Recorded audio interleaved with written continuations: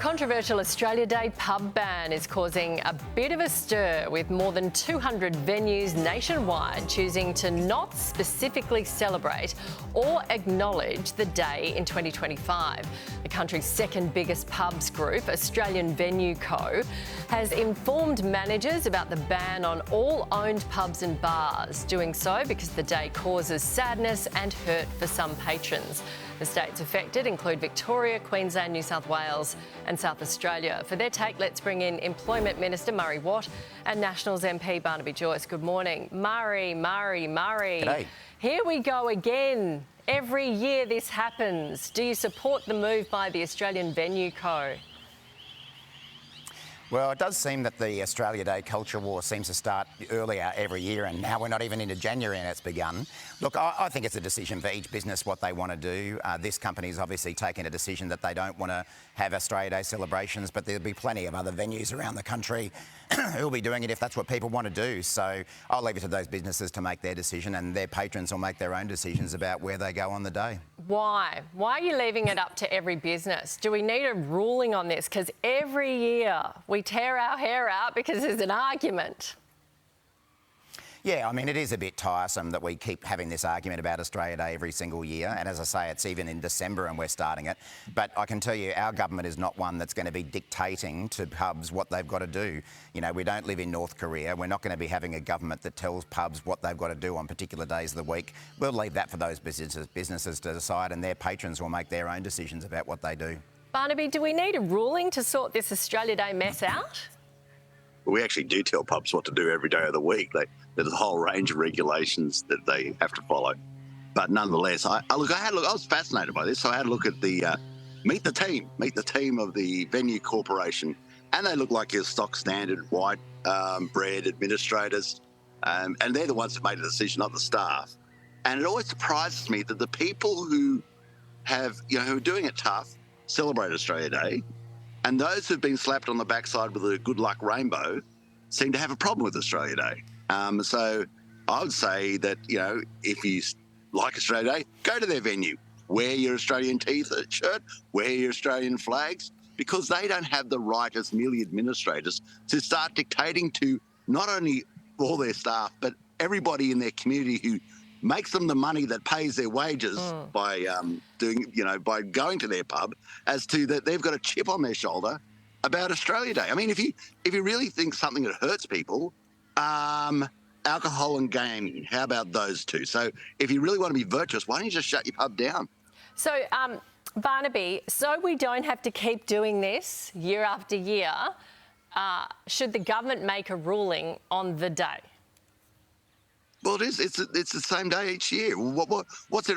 We are celebrating a day when a whole heap of convicts that didn't want to be here arrived, protected by or guarded by guards who didn't want to be here, met by the Aboriginal people who didn't want them here, and from that really porous, from the paucity of that situation, we've created this incredible nation.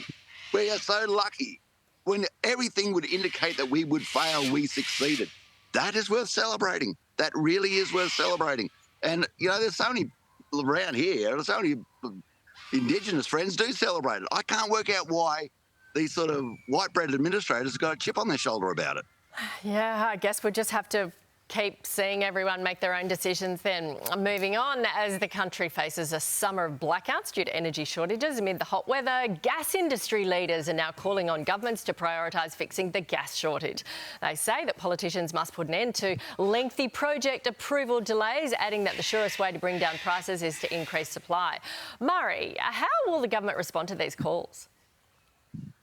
Yeah, well, look, Nat, there's no doubt that we need more gas to supply, whether it be our manufacturers, our home kitchens, and of course to back up the renewables that are going on around the country as well. So as a government, we are supporting more gas developments, and more have been approved on our watch. We actually did try quite recently to get the coalition to vote with us to change some of our environmental approval laws. They wouldn't do it, so we're stuck with the laws that we have at the moment. But certainly what we want to do is make sure that gas is available. These sorts of warnings that we're now now seeing have happened year after year, back into the time when Barnaby was the government. So what we're about doing as a government is making sure we actually have a plan to deal with it, which we didn't have under the former government, and that is now starting to see some new gas supplies come online. We absolutely recognise there's going to be a need for more gas into the future, and that's what we're going to be providing. Murray, how? I mean, I'm just looking at the Santos, for example, are saying that they've been trying to get their Narrabri project up and running. They put their environmental impact statement in 2017. They're still waiting. So how hard is it to get one up and running? Yeah, look, I mean, these are big projects and they do require a lot of different approvals. 7 years. But as I say, there are examples I can point to that have been approved under our government, that have been able to make their way through the system. And as I say, we very recently tried to change the laws to make these sorts of approvals simpler for businesses and for the environment, for everyone to win. We couldn't get Barnaby and his team to agree, so we're stuck with the laws that we have. But the bottom line is we will make sure that we still have gas available over the next, for years to come. Barnaby might not be happy about that, but Barnaby's usually not happy. So, you know, what's new? Barnaby, you're voting against these, are you? Shut up for a second, I'll let you know.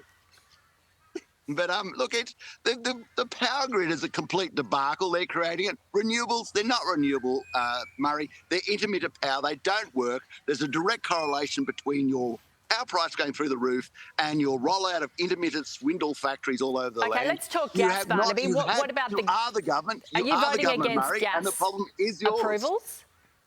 I think we've got to get more gas out of the ground. We've got to. He wants us to agree to environmental laws to make things more difficult.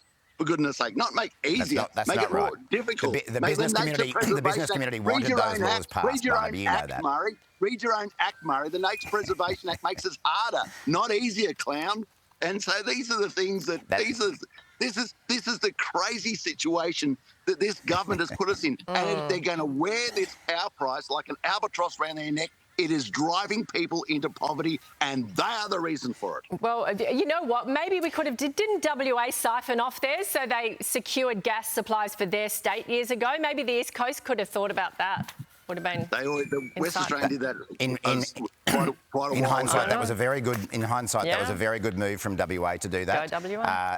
But look, you know, poor old Barnaby. He just can't cope with the fact that there's renewables going up all over his electorate, and there's farmers making money out of it. He loses his mind every time. You're the government, mate. It is your problem. You're the government. Okay. You get a chance to be in opposition next year. I think we'll leave it there. Both had your say. Thank you very much. See you next week.